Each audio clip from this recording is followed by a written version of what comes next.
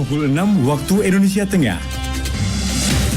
Inilah Radio Republik Indonesia Bau-Bau dengan Warta Cape Town.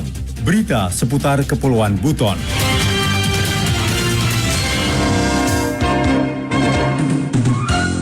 Kalau memang lokasi itu tidak ada jalan lain untuk dilakukan pembakaran, maka upaya teknis yang dilakukan adalah melakukan ilaran api.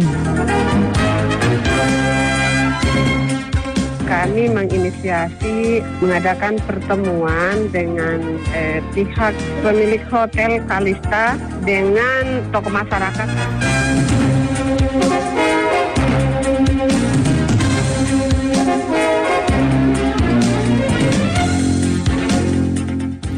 Selamat pagi pendengar, dari kawasan Bukit Walu Indah kami sampaikan pokok-pokok berita.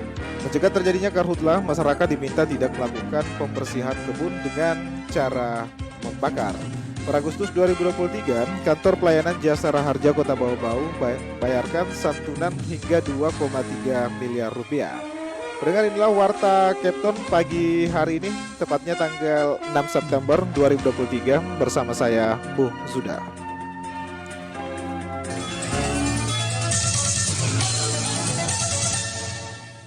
Penyampaian berita yang pertama, mencegah terjadinya karhutlah, masyarakat diminta tidak melakukan pembersihan kebun dengan cara membakar. Mengenai hal itu, Hairul Mulku melaporkan. Kalau memang lokasi itu tidak ada jalan lain untuk dilakukan pembakaran, maka upaya teknis yang dilakukan adalah melakukan ilaran api. Sudah menjadi kearifan lokal, setiap menjelang masa tanam, para petani selalu melakukan pembukaan dan pembersihan kawasan kebun dengan cara membakar. Kebiasaan ini jika tidak dilakukan secara bertanggung jawab, akan berdampak pada kebakaran kawasan hutan dan lahan, karhutla, dan menimbulkan kerugian yang besar, tidak hanya bagi masyarakat, namun merusak fungsi ekologi dan lingkungan. Untuk itu, Sekretaris Brigade Pengendalian Karhutla Lawero, Kesatuan Pengelolaan Hutan KPH Unit 5 Wakonti, Dinas Kehutanan Provinsi Sulawesi Tenggara, Nurdin Mardan berharap sedapat mungkin menghindari aktivitas pembakaran, namun jika tetap dilakukan, harus menggunakan cara-cara yang bijak. Tata cara pembukaan lahan yang dilakukan secara tradisional, khususnya membakar, itu sebenarnya dapat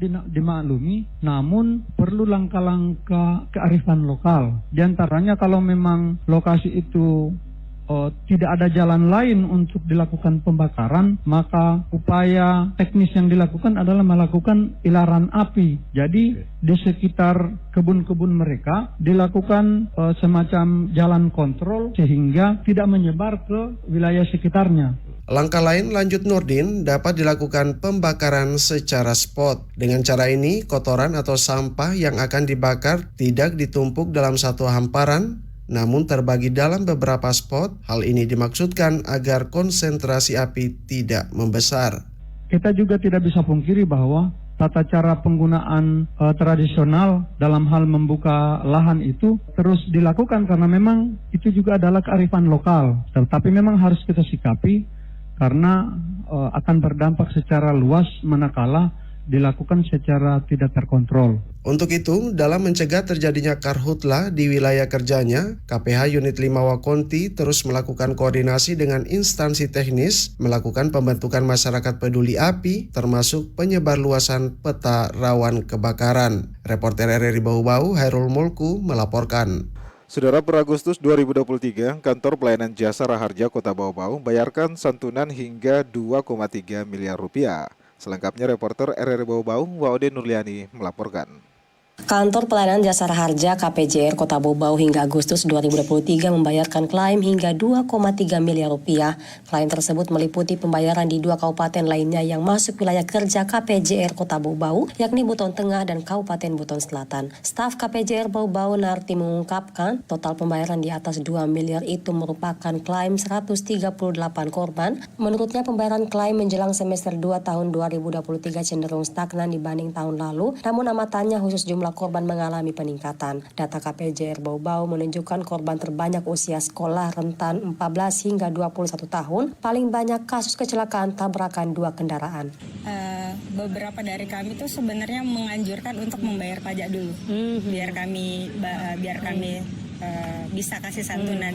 Tapi sejauh ini mereka pajaknya aktif. Kalaupun ada yang belum aktif, kami sarankan untuk membayar. Tapi semua kecelakaan dan itu dinyatakan terjamin berdasarkan laporan polisi, pasti kami jamin. Narti mengakui tingkat kepatuhan masyarakat di Sulawesi Tenggara masih relatif rendah dalam pembayaran pajak kendaraan bermotor atau PKB, termasuk di wilayah KPJR Bau-Bau.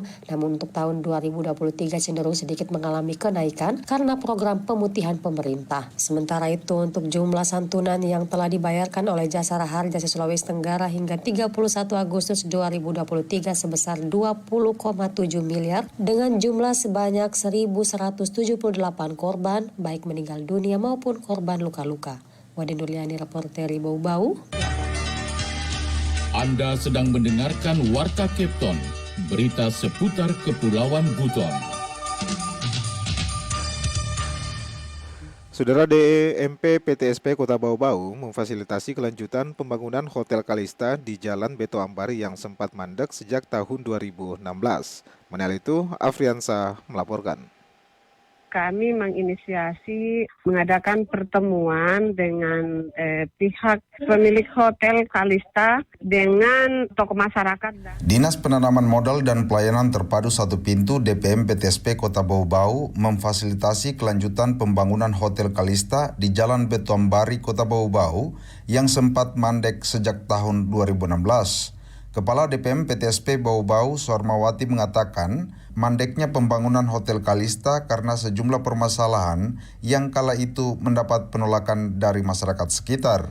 Karena itu pihaknya menginisiasi pertemuan antara kedua pihak untuk mencari solusi atas masalah tersebut.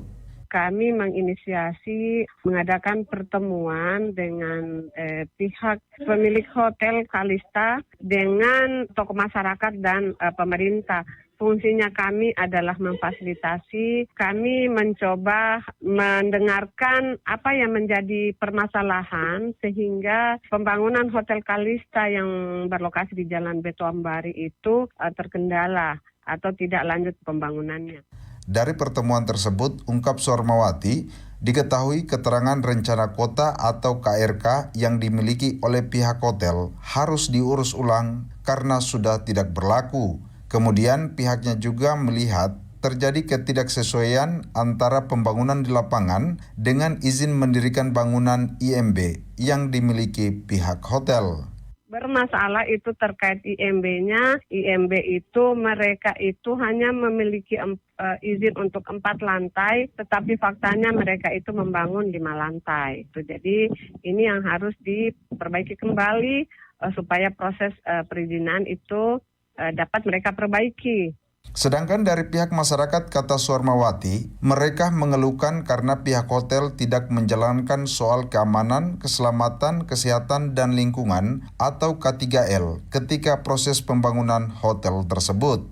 K3L, kemudian yang menurut masyarakat ada jalan setapak yang ditutup aksesnya oleh pihak hotel. Tetapi menurut pihak hotel, mereka katanya sudah beli tanah itu gitu loh. Jadi itu yang perlu kita menelusuri lebih jauh bagaimana status terkait jalan setapak yang sudah dibangun masyarakat itu yang katanya dari pihak hotel ditutup seperti itu. Karena itu, Sormawati mengatakan dari hasil rapat tersebut selanjutnya akan kembali diagendakan pertemuan untuk mendengarkan progres yang sudah dilakukan pihak hotel terhadap masyarakat. Reporter RRI Bau-Bau, Afriansa, melaporkan. Saudara, kita beralih ke berita yang terakhir. Pemerintah Kota Bau-Bau mendorong sistem pengolahan persampahan akan diarahkan dengan berbasis kearifan lokal. Program ini tengah dalam proses penelitian oleh tim ahli. Adapun Wali Kota Bau-Bau Laude Ahmad Munianseng saat seminar awal pengolahan persampahan berbasis kearifan lokal yang berlangsung beberapa waktu lalu mengatakan mengacu pada Undang-Undang Pengolahan Sampah dalam mengatasi masalah persampahan dibutuhkan program pengelolaan yang komprehensif dan terpadu dari hulu ke hilir agar memberikan manfaat bagi masyarakat dan aman bagi lingkungan.